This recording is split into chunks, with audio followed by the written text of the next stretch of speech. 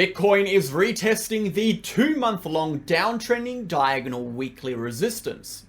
With only 2 days left of September, will Bitcoin continue upwards? Let's go ahead and find out.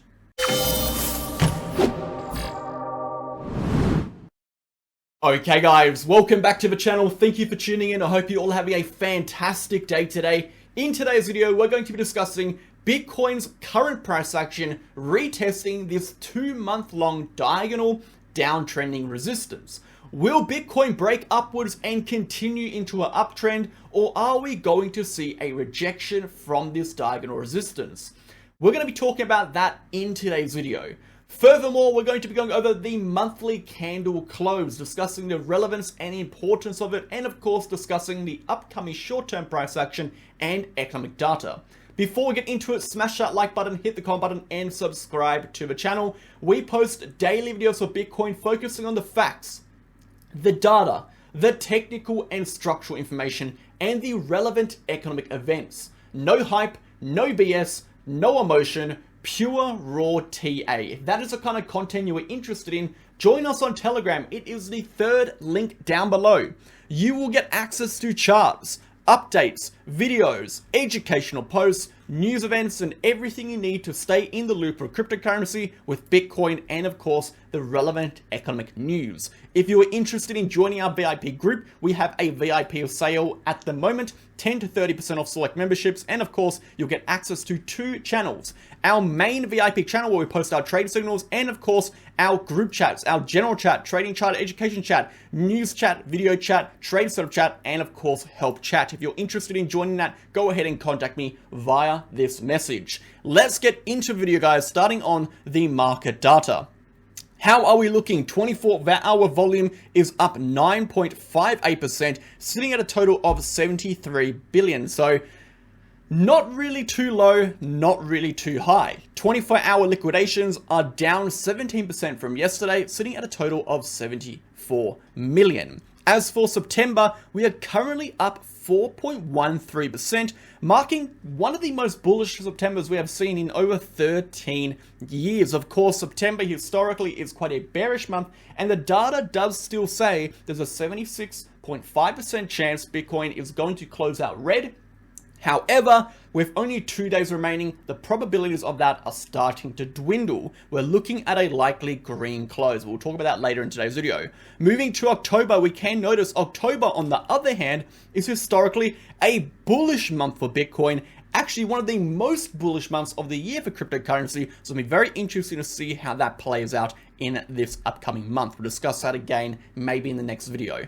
Moving on from there to volatility. The volatility index on the 30-day has dropped off a little bit, guys. And of course, on the 60-day period, it is still plateauing sideways. We're looking for a spike in volatility soon to signify the next big move. And we see volatility compress, just as we see over here, just as we see these periods over here, we generally do see a large spike or a large drop in volatility. And of course, that results in a directional move for Bitcoin. Moving into the liquidations, total liquidations sitting at 74 million, with 56 million in short positions and 18 million in long positions. Of course, Bitcoin broke above, guys. If you watched yesterday's video, we're discussing on the smaller time frame that 26,400 resistance. We said if we broke above 26,400, we are looking for a short-term impulse to around 26,500. And of course, if we broke above that 26,800, which we've been discussing over the last few weeks, you would know the short-term price action would then become bullish,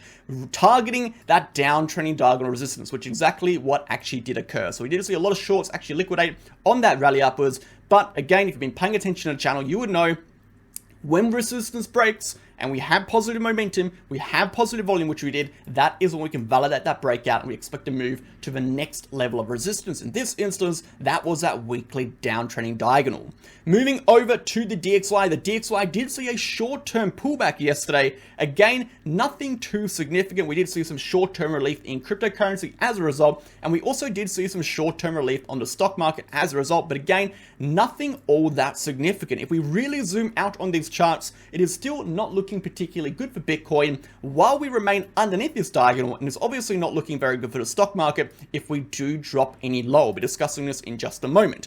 The DXY, however, again, is still in this rising channel formation. Now, a rising channel formation, as well as a descending channel formation, if you flip it, is a reversal pattern. It represents, again, an overall trend that has been developed or is developing over a period of time. And when we do break down from that trend, it represents a shift in strength. So it represents a reversal. It is a reversal structure. However, while we remain above the uptrending diagonal trend line, we are still in this overall uptrend. While we remain in the uptrend on DXY, we could still see higher prices. However, with that being said, our target was actually reached, which was this level over here, and therefore we are still expecting some degree of a pullback. And if we do see some degree of a pullback, we could see a retracement down to retest around 103. Now, if this does happen, for this to validate, we will need to break below the uptrending diagonal. Do not expect that to occur until the uptrending diagonal trend line is lost. Until then, expect the DXY to continue in its current trajectory. Of course, we do have some important economic data coming out today. We have personal spending, we have personal income, and we have PCE. All of these are leading pieces of data for rising inflation. As we know, inflation is back on the rise. Rising inflation is bullish for assets, provided there is no connotation attached to that rising inflation that interest rates will rise. So I'll say again, if inflation rises but interest rates don't, if inflation rises and we do not expect future interest rates to rise, that could result in a bullish climate for asset prices. However, if we start to see consecutive months of interest rates, of inflation rising, we could then see interest rates follow suit, and that then would be bearish for asset markets. So definitely watch out for that. We'll be watching this data very closely tonight. Moving over to the stock market, again, guys, we are in a rising channel formation. Flip the chart if you want to change your perspective. If we break above this level here, that would be bearish for the S&P 500, guys, and could result in a large correction downwards. We're looking at around about 4,000, potentially even lower, 4,100 even if we do break toward the downside. Again, we have a verified 5-point rising channel formation, guys. These have a pretty high probability of a breakdown. It's around a 68% probability of a breakdown. So again, the favors are in a move toward the downside. What it particularly does from this level is very much determined by the DXY, and the DXY is going to be very much determined by the upcoming economic data. So it's all kind of tied in, it's all linked. Pay attention to all of them. Again, with the Dow Jones has front run that market a little bit, it's moved down a little bit quicker. It's already broken that respective uptrending support line. Let's go ahead, guys, and discuss Bitcoin. We're going to start by talking about the monthly, then we'll get into the weekly, and then we'll come over to that daily chart, and then we'll finish up on the short-term price action. So it sounds pretty good. Let's go ahead and jump in. So I wanted to briefly interrupt today's video to discuss the two exchanges we use on this channel, Bitget and BingX. So which exchange should you sign up to? If you look to the right-hand side of the screen, you're going to see the list of differences in relation to KYC requirements and the countries these exchanges offer services to. The first link down below being the Bitget link, and the second link down below being the BingX link. No matter which link you sign up to, you're going to get up to 15% discounts on your trading fees, up to $5,000 in trading rewards, and of course, you'll get access to every single MegaWhale exclusive bonus campaign we run on these exchanges. Alongside that, Bitget and BingX are incredibly similar. They are both ranked top 10 in terms of trading volume. They both have extensive liquidity pools and market pairs offering up to 125x leverage. And most importantly, they both offer protection funds for their users to protect you against any third-party hacks. So get started now and support the channel by clicking the links below. Thanks for listening. So the monthly candle, guys, is closing in 2 days. You can see it on the right-hand side of the screen. I'll go ahead and draw a little arrow to it. On the right-hand side of this bar, you can see 2 days and 1 hour. That is when this monthly candle is going to be closing. If we take a look at the monthly chart right now, where the candle is, where the price is, we are clearly in not only a weekly downtrend, right? We're rejected from this macro resistance. We're in this weekly downtrend, okay? but we are overall quite bearish. We're quite bearish underneath this level. Now, we're not high time frame bearish, but remember, while we remain above 24.4 to 25.2, we have got the support of this 400 plus day long support level and the support range was developed over the last 6 months. So while we're above this level, we're high time frame bullish, okay? While we're below here, we're high time frame bearish, okay? Very simple stuff, all right? We're in a weekly bearish trend, okay? But we're high time frame bullish as we're above the support. We are still in a weekly bearish trend. We can be weekly bearish, but we can be high time frame bullish at the same time, okay? They are different time frames, they are different perspectives. So for us to be weekly, for us to be macro bearish and monthly bearish, we do need to lose 24.4K. But coming back to this monthly chart over here, if we're talking about the strength of price action, sorry for that, if we're talking about the strength of price action, this candle here, while it remains under 27.2, it is representing relative weakness and is suggesting that we are having this downtrend gain strength that could result in a continuation lower. If we go back to our daily chart, 27.2 is around about where this downward diagonal trend line converges with the current price action. So 27.2 marks the potential breakout point for the price action, but also, guys, like we just said, 27.2 marks that horizontal trigger point where strength will start to flow at least, back into Bitcoin's price action. So a very key point on the chart. And again, if we close a monthly candle above here, that is going to show strength. That is going to show short-term strength.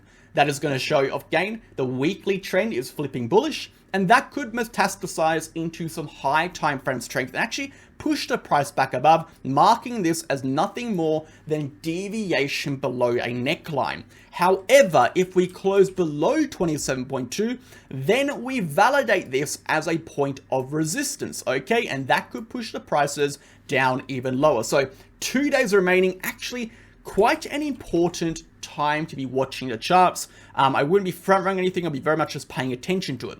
Let's go ahead, guys, and jump in over here on the weekly chart. So this is our weekly chart over here. We can see on the weekly chart with a whole bunch of different indicators up. First and foremost, 27.2. We're going to go ahead and mark that one out by this red line. So you'll see where 27.2 is. This is going to once again be that monthly horizontal line, the monthly horizontal black line, and of course is representing the confluence point, or the point of which the price action is converging against this downtrending trend line. That is going to be represented again on the weekly chart by this red line.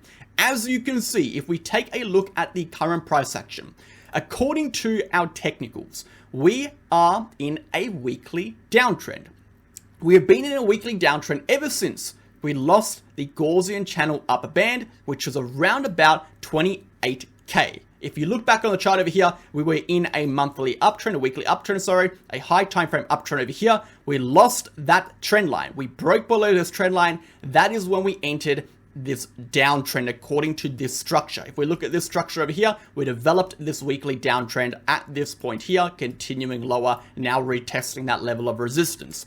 So if we want to talk about when the price actually regains a degree of strength, we need to get back above these respective levels. First and foremost, 27.2K is going to mark the shift in direction of trend, okay? Breaking above the 28.2 to 28.4K will mark a shift in high time frame strength, okay? Looking at our technicals, guys, if we look at momentum, momentum is still falling. If we look at our momentum in the markets over B, we still have negative momentum. If we look where the price action is, we're underneath the bull market support band, we're underneath the 50 MA, and we're underneath the Gaussian channel upper band. Again, none of these are telling us that the price will continue down. All it is currently saying is while we are sitting where we are, we have a degree of strength and we are in a downtrend. That downtrend could very much come to an end if we start clearing some of these levels. The more of these levels we start breaking above, the stronger the charts start looking, the higher the probability of continuation upwards actually becomes. The first step in all of that is to break above this weekly downtrending resistance. This is the primary step, and this is what we're talking about in just a moment. So moving back to that weekly chart over here, guys, if we start clearing through some of these levels of resistance, some of these technical trigger points, we could definitely flip the strength back into the charts. And I've said all along, yes, we are in a downtrend. Yes, we are in this weekly bearish trend. However, if we look at the volatility in this trend, it is quite a weak one, as we are very close to our 50 EMA. We haven't deviated very far from it. Actually, we've been pushing sideways below it. When we start deviating away and we start getting these large gaps, look at the price action compared to what a 50 EMA is, the distance between, this represents increased volatility and strength in the trend. The closer we are, the weaker the trend. So we are in this state right now of a downtrend, but it is a weak downtrend. We don't have the strength, and of course we don't have the strength, guys. We'll go back to this chart over here. Let's talk about it. If we look at the high time frame levels, of course we don't have high time frame bearish strength, as we're sitting above a massive, most important block of support on the current chart. A loss of this chart support level will result in a high time frame bearish trend developing and a macro continuation down. That is on the charts. That is what the charts are suggesting. We have this cluster of support which has spanned at around 400 plus days, guys. If we lose that level of demand, if we lose that level of support, the price will correct aggressively. Now, both scenarios, a correction lower and a break above, have a degree of probability right now. However, guys, if we break above this downtrending diagonal resistance prior to breaking below here, the probabilities of the downward move start to diminish immensely, okay? The probabilities of the move down diminish immensely. So let's take a look at what could trigger that, and then we'll take a look at the bullish case scenario. Looking at the RSI, if we do see a breakdown on the RSI at any point, that is going to be your indicator. Or should I say, your indication that this support level will be challenged again and potentially lost. The reason why it would be potentially lost is because we're retesting from a position of weekly and potentially even monthly weakness, okay? So if we see the RSI breakdown, we will be challenging it from a position of massive weakness, and the probabilities of a correction through start to increase. However, guys, we do still have a possibility to break up. So let's take a look at the bullish scenario here. Let's move over to this chart and go to that daily chart. So as you can see, guys, we are now retesting that downtrending diagonal resistance. And if we bring up some of our indicators, we do have a degree of strength right here. If we look at our CVD, right, we look at our cumulative volume delta, we do have some relative strength here. This is suggesting the bulls are really starting to flood in. The strength is flipping back to the bulls. We can see the CVD has broken above the respective high point of resistance within this market structure. So we have relative strength. We have more strength here than we have seen during this period in terms of our CVD. Our volume delta is suggesting strength. This is a big tick for the bulls. It's actually a really good thing. This is indicating we have strength here. And if we have strength here as we approach a breakout or breakout, that could result in a continuation upwards. Number two, momentum has flipped positive on the market cipher B. So we have positive momentum moving into a breakout. Remember, when we're looking for a breakout, we look for three things. Number one, positive volume, we've got it. Positive momentum, we have it. And then we need the price to break the trend. So we have two, but we do not have the most important one yet, which is the price actually needs to break above the trend line for these technicals to be relevant, for them to be applicable to them, for them to be relevant, okay? So we have 2 or 3, we don't have 3 or 3 yet, meaning this point should still be considered a point of resistance, and I would not be front running a breakout just yet. If you're still in your long positions, okay, if you're still in your long positions from yesterday, I'd be looking to take some profits here. Why not take profit? Your whole job of taking a position is to make money, is it not? So now we're at resistance, you should be considering to take profit. There's always another opportunity to jump back in the market. The market is not going anywhere. The number one error new people make is they feel rushed, and because they feel rushed, they make poor decisions. Another big error is they feel like their opportunity to make money is fleeting, meaning they don't know when they could turn another profit. They don't know when they could enter another profitable trade, and therefore they try to squeeze too much out of every single trade, and that results them in not taking profits when they should, not moving their stop losses when they should, not adjusting their risk when they should, and they end up losing, okay? They turn profitable trades into losing trades because they're trying to squeeze. They're trying to squeeze more money out of something they shouldn't. So be objective, be realistic. Right now, we are looking respectively good, okay? If we look at the chart, we are in a bullish daily trend. There's no doubt about it. We've broken above this high time frame. Horizontal resistance minus more, deviated above. Awesome, great to see that, guys. Particularly nice to see. We have seen on the daily chart some of our indicators start to flip bullish, right? We're seeing the CVD flip bullish, okay? We have strength on the CVD. We're seeing the momentum chart flip bullish. We're seeing the price action break and even close above the 50 EMA on the daily chart. So we're seeing relative strength. If we continue upwards, where will Bitcoin likely go next? We're going up over here. We're going in to retest that 28 to 28.4K level, okay? Where is 28 to 28.4? Let's go back to this chart.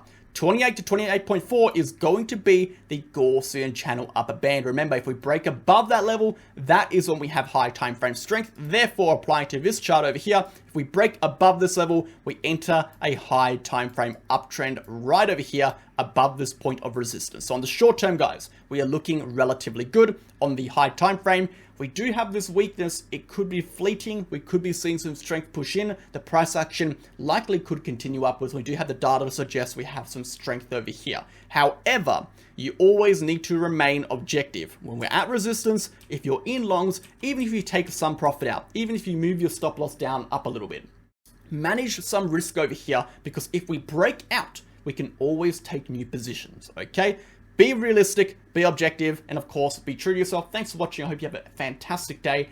In our next video, we'll be talking a lot more about the macro, in particular, the monthly moving into October. We'll talk about all the data behind October. We'll talk about, again, what you should expect in October, what we have seen in the past in October. We'll talk about inflation, we'll talk about economic data, and we'll jump into everything in between. Thanks for watching. Catch you guys on the next one. Have a fantastic weekend. Cheers.